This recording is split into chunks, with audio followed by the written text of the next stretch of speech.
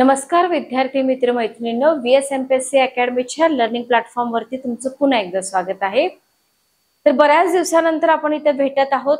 काही सेशन्स आपण इथे राज्यसेवेचे अपलोड केले होते, काही तलाठी भरतीचे देखील अपलोड केले होते।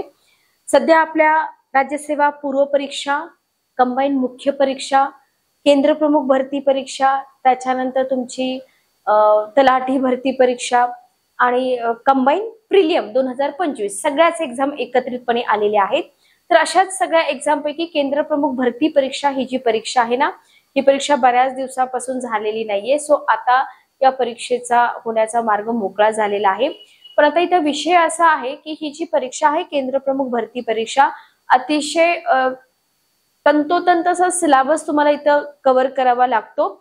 सेकंड पेपर 1 आणि पेपर 2 इथं तुम्हाला आहेत।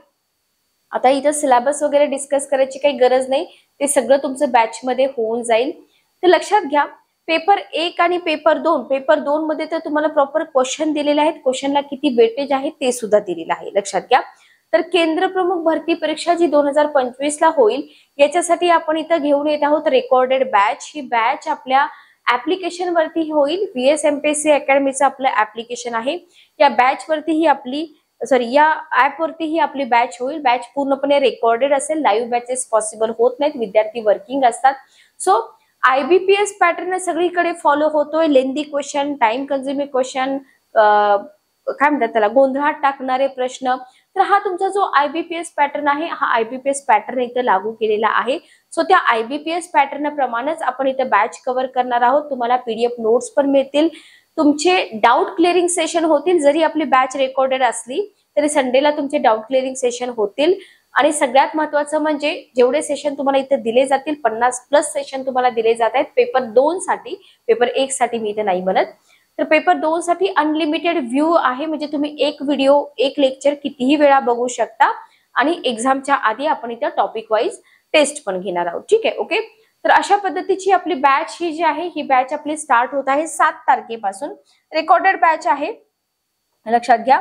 तर बॅच आपली स्टार्ट होते 7 तारखेपासून, 7 ऑगस्ट पासून, ठीक आहे, 7 ऑगस्ट पासून। बॅचची फीज आहे 1500 रुपये, लक्षात घ्या।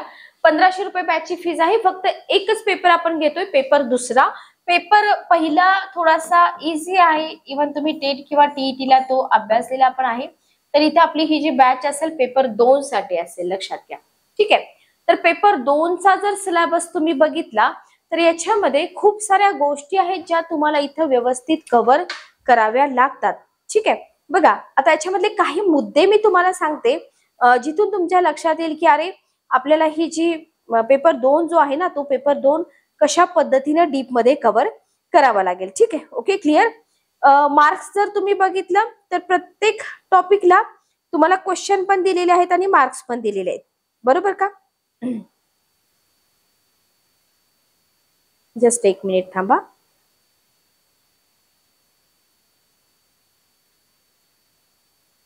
बघा,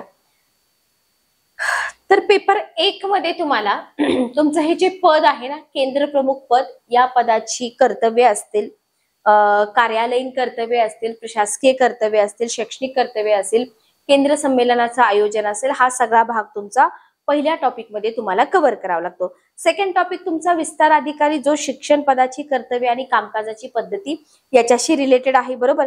त्याच्यानंतर तुम्हाला जो आपला पॉलिटिकल भाग आहे, जो आपल्या शिक्षण क्षेत्राशी रिलेटेड आहे, तो करावा लागतो। त्याच्यानंतर तुम्हाला बालकांच्या मोफत सक्तीच्या शिक्षणाचा अधिनियम आहे, ज्याच्यामध्ये तुम्हाला 2009 चा अधिनियम असेल, विनाअनुदानित शाळांमध्ये 25% जी काही प्रवेश राखीव असेल, त्याच्यानंतर बाल हक्क संरक्षण आयोग आहे, त्याच्यानंतर मानवी हक्क, त्याच्यामध्येच मानवी हक्क वगैरे तुम्हाला कव्हर करावे लागतात।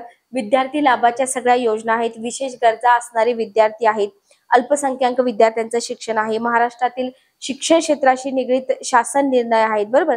शिक्षण क्षेत्रातल्या ज्या प्रमुख संस्था आहेत, जसं की युनिसेफ आहे, डाएट आहे, NCERT आहे, NCTE आहे, या सगळ्यांचा अभ्यास तुम्हाला इथे करावा लागतो। उच्च शिक्षण प्रणाली आहे, त्याच्यानंतर शिक्षणाचं व्यवस्थापन आणि प्रशासन रचना आहे, ज्याच्यामध्ये शिक्षण संचालनालय आलं, शिक्षण आयुक्त आले, बरोबर।